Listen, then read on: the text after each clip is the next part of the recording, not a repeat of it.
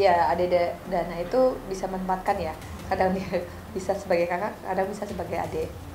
Jadi dia memang sebagai pelindung kakak-kakaknya dan adiknya satu. Karena kami semua perempuan kan, dari kakak saya, pelindung bagi saudaranya, baik kakak ataupun adik dan papa mamanya juga. Pastilah namanya kakak adik ya, pasti sering curhat gitu ya. Namanya hubungan kakak adik seperti apa sih, kan namanya darah kan, pasti dicuci 1000 lautan pun tetap darah. Apalagi semenjak mama saya meninggal ya tahun 2020, kami kakak-kakaknya, 3 kakak kandungnya dan adik yang bungsu ya sebagai pengganti ibunya. Lumayan lama sih ya sendiri, jadi kayak maksudnya kayak mimpi aja gitu, maksudnya ada seseorang yang datang di kehidupan kita kan, jadi pasti beda kan, karena udah lumayan lama nih, kalau bisa dibongkar banyak laba-laba.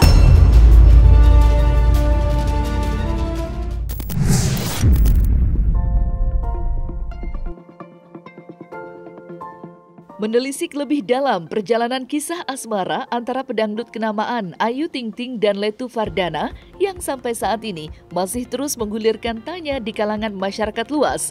Terlebih mengenai latar belakang sosok pria penakluk hati sang pelantun lagu Alamat Palsu itu. Detik demi detik sederetannya menyoal latar belakang Dana perlahan mulai terjawab. Ia telah terkuak bahwa Dana tidak berasal dari keluarga yang biasa-biasa saja. Diketahui kakak sulungnya yang bernama Deva Indah sempat mewakili Provinsi Jawa Barat dalam putaran final kontes kecantikan paling prestisius negeri ini. Kini Deva dikabarkan telah mengakhiri kisah perjuangannya di panggung hiburan tanah air dan memilih untuk mengejar karir sebagai hakim, layaknya sang ayah tercinta dengan berbekalkan profil pendidikan mentereng yang ia peroleh dari universitas ternama di Indonesia. Deva sendiri memiliki perbedaan usia cukup jauh dengan Dana, yakni 10 tahun, sehingga perhatiannya untuk sang adik menyerupai kasih sayang seorang ibu. Terlebih lagi, sang ibunda tercinta telah menutup mata pada tahun 2020 silam. Lantas, seperti apakah sosok Letu Muhammad Fardana di mata kakak sulungnya? Serta benarkah pula ajang Miss Indonesia 2006 bukanlah satu-satunya pengalaman Deva Indah dalam merintis karirnya di dunia entertainment? Oh ya, selain jadi finalis Miss Indonesia, saya pernah menjadi model majalah, pernah juga jadi presenter. Saya lupa. Oh, Miss Indonesia tahun 2006. Model-modelan, dan itu ya sewaktu saya kuliah 2000-an lah. Kami 5 bersaudara. Adik Dana itu anak keempat dan anak laki satu-satunya dari 5 bersaudara. Adik Dana itu anaknya lucu ya, lucu, kalem, penyayang, tapi juga dia tegas pendiriannya. Ya, adik Dana itu bisa menempatkan ya, kadang dia bisa sebagai kakak, kadang bisa sebagai adik. Jadi dia memang sebagai pelindung kakak-kakaknya dan adiknya satu. Karena kami semua perempuan kan, dari kakak saya, pelindung bagi saudaranya, baik kakak ataupun adik dan papa mamanya juga. Adik saya Muhammad Fardana itu lahir dan besar di Jakarta, kemudian terakhir itu di SMA Presiden, masuk ke Akademi Militer Magelang, mendapat beasiswa ke NDA Jepang sebagai perwakilan TNI Angkatan Darat.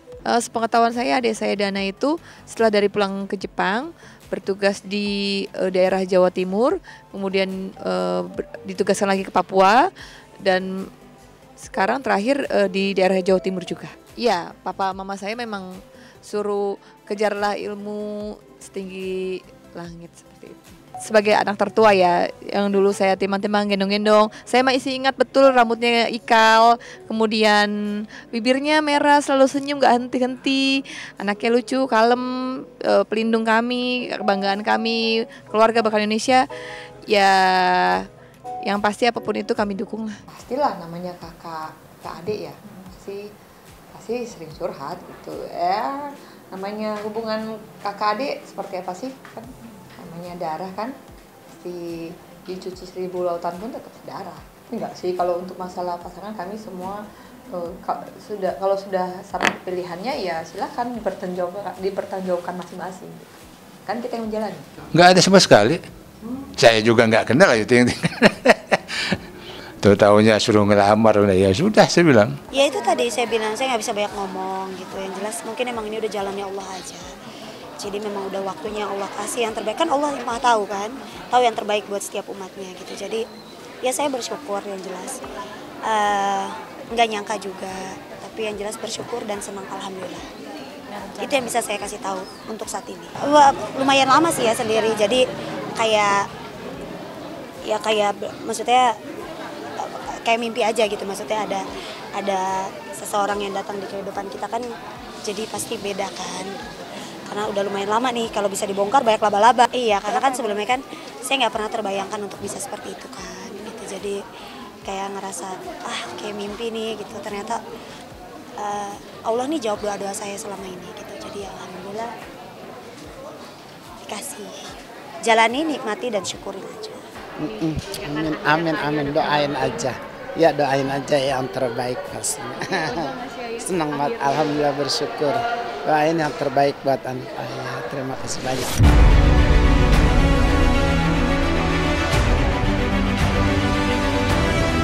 Hanya sekedar ngejual konten. Kalau salah ya salah.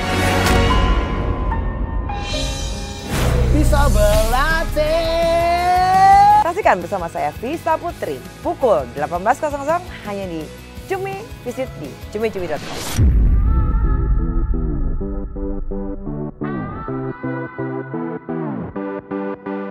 Deva Indah sejatinya bukanlah satu-satunya sosok tersohor pada keluarga besar Letu Muhammad Fardana. Pasalnya, ayah dari pria yang akrab disapa Dana itu merupakan seorang mantan pejabat besar. Namun, berbeda dengan sang putra yang memilih untuk mempersembahkan karirnya demi negara dalam bidang militer, Darshi Aqib melakukannya lewat dunia hukum. Tak main-main, dalam sepak terjangnya di dunia hukum, Darshi Aqib sempat menduduki jabatan bergengsi, yaitu hakim di Mahkamah Agung. Menariknya, menurut Deva Indah, kesamaan antara sang ayah dan Letu Dana tidak berhenti pada karir mereka. Ya, karena bagi Deva, wajah rupawan Letu Fardana yang kini ramai diperbincangkan merupakan hal yang diturunkan sang ayah. Lantas, seperti apakah pandangan keluarga Muhammad Fardana soal keputusannya menjadi seorang tentara? Dan benarkah pula berkarir di dunia militer merupakan mimpi dari ayah Letu Fardana? Pada dasarnya dulu papa saya yang pengen jadi tentara, tapi alhamdulillah kesampaian. Memang itu cita-citanya dan kita mendukung. Iya, perjuangannya dari 2012 ya sampai sekarang itu ya didiringi tetes air mata papa, mama, kakak-kakak kandungnya. Tapi ya kan kita selalu bilang kerja itu ibadah ya, selama itu vibe-nya positif, membanggakan keluarga bahkan Indonesia, kenapa enggak kita dukung? Iya itu pasti, karena kan dikumpulkan, kecuali kalau ada yang urgent bisa menghubungi atasannya. Jadi memang komunikasi, ya itu balik lagi karena dana abdi negara, kita harus merelakan waktunya terbagi-bagi. Belum tentu juga setahun sekali, jadi memang karena di abdi negara situasional ya, jadi gitu. Karena kalaupun dia pulang tuh itu tadi saya bilang terbagi-bagi waktunya untuk negara, untuk kesatuannya, dan untuk keluarga. Jadi keluarga memang harus mengerti dan ada pemakluman. Alhamdulillah kalau dibilang ganteng ya, karena kan kalau ganteng itu genetik juga ya. Lihat aja papa saya ganteng nggak? Perpaduan papa dan mama saya kan gitu. Jadi kalau memang vibes-nya positif, alhamdulillah kami semua mendukung. Tapi dia pengen, dia bilang, oke, Bunda boleh pacaran, oke, Bunda boleh nikah asal sama orang Korea. Coba, ya gue bingung, negara kita kan Indonesia. Saya gue nyari pacar orang Korea gimana? Ya nggak usah ditanya, itu mau. Oh iya dong pasti, karena gimana pun kan Bilqis bagian dari hidup saya gitu. Jadi minta pendapatnya Bilqis pasti. Kalau cantik atau ganteng, alhamdulillah itu ciptaan Allah ya. Dan itu kan genetik ya dari, ya kalau bisa lihat kalau papa saya ganteng, mama saya ganteng, alhamdulillah berarti ya anak-anaknya nurun, itu aja sih. Itu anugerah yang harus selalu disyukuri. Dan mama saya selalu bilang harus brand beauty or handsome and behavior. Jadi kecantikan itu berasal, atau kegantengan tampanan itu berasal dari hati, itu aja. Itulah saya kemukakan tadi, itu kan sudah bertanyakan, saya nggak mau ngelihat latar belakang siapapun, nggak mau ngelihat. Pokoknya yang penting ini mereka sama-sama senang, silakan. Jadi saya nggak ngelihat bahwa dia itu sebagai artis, enggak.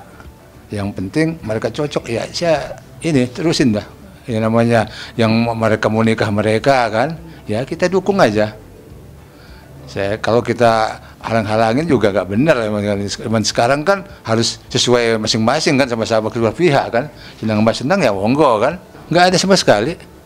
Saya juga nggak kenal itu yang tuh tahunya suruh ngelamar, ya sudah saya bilang. Dia juga nggak mau pacaran, langsung kalau istilahnya kami itu tumbuh di tempat aja katanya kan. Jadi nggak usah pacaran. Oh, berarti dia emang tipikal yang nggak mau pacaran? Nggak mau pacaran, ya. Dia nggak melalui pacaran. Baik, ganteng, seiman, ya alhamdulillah. Dipertemukan sosok laki-laki yang bertanggung jawab, seiman, kerja keras. Saya nggak pernah terbayangkan untuk bisa seperti itu kan, gitu. Jadi kayak ngerasa kayak mimpi nih gitu. Ternyata Allah nih jawab doa-doa saya selama ini.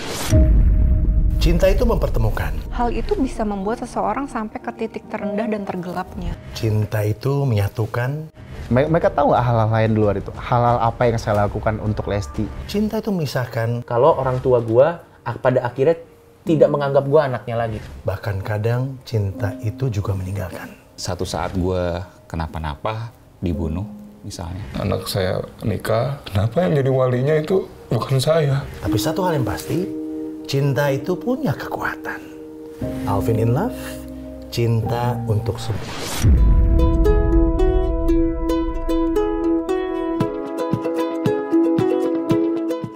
Sorotan tajam yang diarahkan warganet ke arah keluarga Letu Fardana bukanlah tanpa sebab.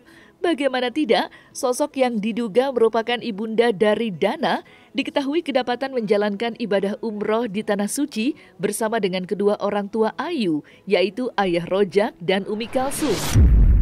Terlebih lagi, sosok ibu yang diketahui bernama Rakaya itu digadang-gadang sebagai sosok dalang di balik pertemuan pertama antara Ayu Ting Ting dan Letu Muhammad Fardana.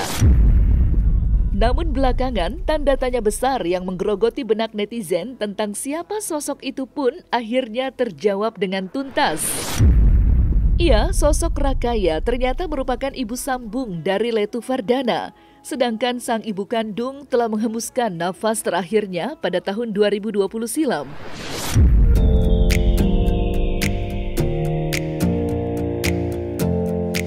Ibu saya meninggal karena sakit lupus tanggal 7 Agustus 2020. Di saat itu Dana sedang bertugas di Bandung. Jadi alhamdulillah masih bisa melihat jenazah mama saya. Kebayang nggak kalau waktu itu adik saya di Papua bisa cuma melihat tanah merah.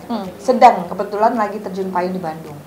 Apalagi semenjak mama saya meninggal ya tahun 2020, kami kakak-kakaknya, 3 kakak kandungnya dan adik yang bungsu ya sebagai pengganti ibunya. Alhamdulillah kalau kami baik 3 kakak kandungnya dan adik bungsunya ya Dana sering curhat apapun itu, bahkan dikit-dikit kan manggilnya Ayu ya, kadang orang Palembang itu Ayu, Dana ini dong, ya, seperti itulah ya, bagaimana kakak adik pada umumnya sih gitu. Wah, itu saya belum bisa ngomong apa-apa, doain aja yang terbaik ya, bismillah aja. Ya enggak lah, kita kan namanya orang tua kan, ya namanya ya kalau udah ngomong anak ya sudah saya dukung aja udah. Ya saya dan sifat saya nggak mungkin jodoh-jodohin, kalau mengendalikan ya kan, jodoh-jodohin ya kurang baik kayaknya. Seperti yang diberitakan papa saya sebelumnya, adik saya belum pernah kenal. Dari kan dulu katanya pernah ikut remaja ceria dan tidak pernah bertemu. Ya bertemu ya baru apa tuh katanya Januari itu ya 2024. Kemudian minta restu pada papa saya. Ya sudah, kami sekeluarga mendukung apapun keputusan Dana itu. Jadi memang setahu pengetahuan saya baru bertemunya baru. Ibu sambung saya, betul ya. Yang mengenalkan ke Umi Kalsum. Ya betul. Sama dia waktu sama-sama umroh. Sekarang juga lagi berangkat umroh lagi mereka. Bapak nggak ikut umroh? Ya saya kemana mau ikut, banyak ini ya kerjaan juga kan.